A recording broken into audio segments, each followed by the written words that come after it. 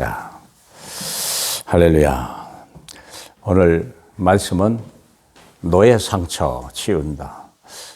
우리는 태어나면서 세상에 살고 또 운명이 잡히기도 하고 여러 가지 시대적인 사건 속에 우리는 하고 가장 중요한 것은 돈의 노예, 사람의 노예가 되고요. 어떤 권력의 노예가 될 그런 연약한 존재로 우리가 태어났습니다.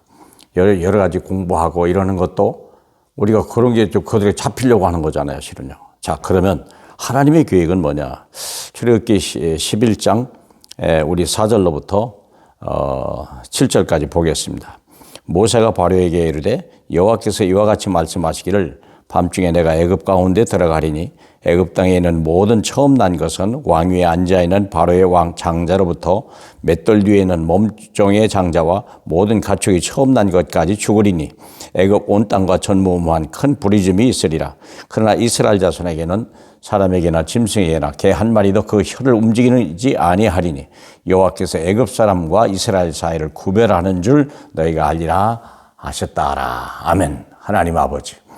자, 어떻게 하나님이 우리를 어떻게 구별하는지를 우리가 알아야 돼요. 비록 우리가 연약하고 노예 신분 같지만 하나님이 보기에는 하나님의 택한 백성이고 그 하나님의 모든 관심이 우리에게 있다는 걸 아셔야 됩니다. 그래서 하나님이 우리를 구별하겠다는 거예요. 가장 애굽이라고 하는 것은 세상을 대표하는 거고 가장 강한 나라를 얘기합니다. 그래서 여호와께서 애굽 사람과 이스라엘 사이를 구별하는 줄 너희로 알게 하리라. 하나님이 얼마나 우리가 썸이신지, 하나님이 얼마나 우리를 사랑하시는지 그걸 쓰겠다는 거예요. 그래서 하나님이 그 첫 번째 사건이 일어나면 바로 10가지 재앙을 내리면서 우상의 제단이 무너지고 인간의 세상에 권력이 무너지는 현상을 보여준 거죠. 그러면서 하나님이 특별히 구별했다고 하는 거예요.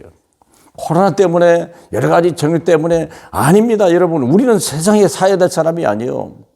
지금까지 우리가 노예로 살았어도 예수 그리스도가 내 안에 들어오고 우리가 하나님의 자녀된 그런 권세가 확실하다면 우리 삶의 위치는 이미 달라진 거고 삶의 모습도 달라지는 것입니다.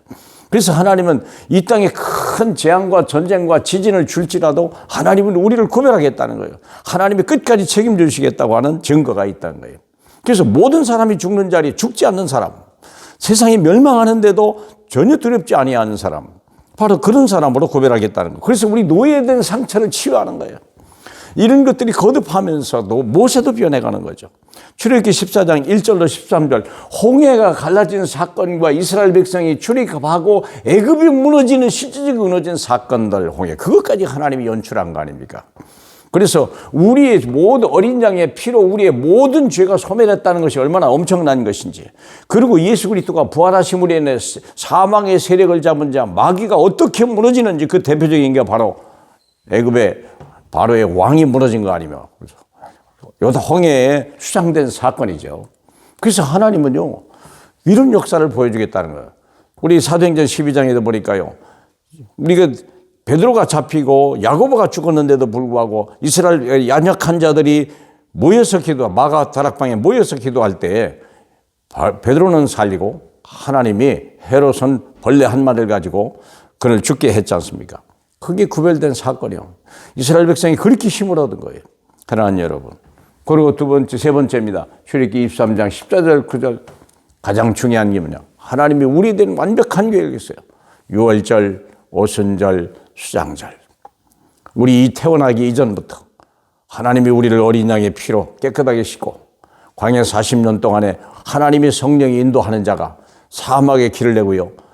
우리가 광야에 생수가 터지는 하나님의 역사를 우리로 보게 하는 것입니다. 그리고 마침내 가나안 땅이 무너져가는 것을 우리와 우리 후손의 앞에 보여주겠다고 하신 하나님의 언약이 세 절기 아닙니까? 사랑하는 여러분, 저와 여러분은 하나님의 자녀입니다. 하나님은 우리에게 그 신분과 권세가 얼마나 엄청난 건지, 영접하는 자 그 이름을 믿는 자는 하나님의 자녀가 되는 권세를 주셨다고 그랬습니다. 그래서 이 권세, 신분 권세를 확인하면 이 어려운 세상, 힘든 세상에서 다시 한번 나의 정체성을 회복하고 하나님과 나를 다시 한번 재정립하시는 그런 시간이 되길 주님의 이름으로 축복합니다. 할렐루야. 우리 하나님 아버지 감사합니다.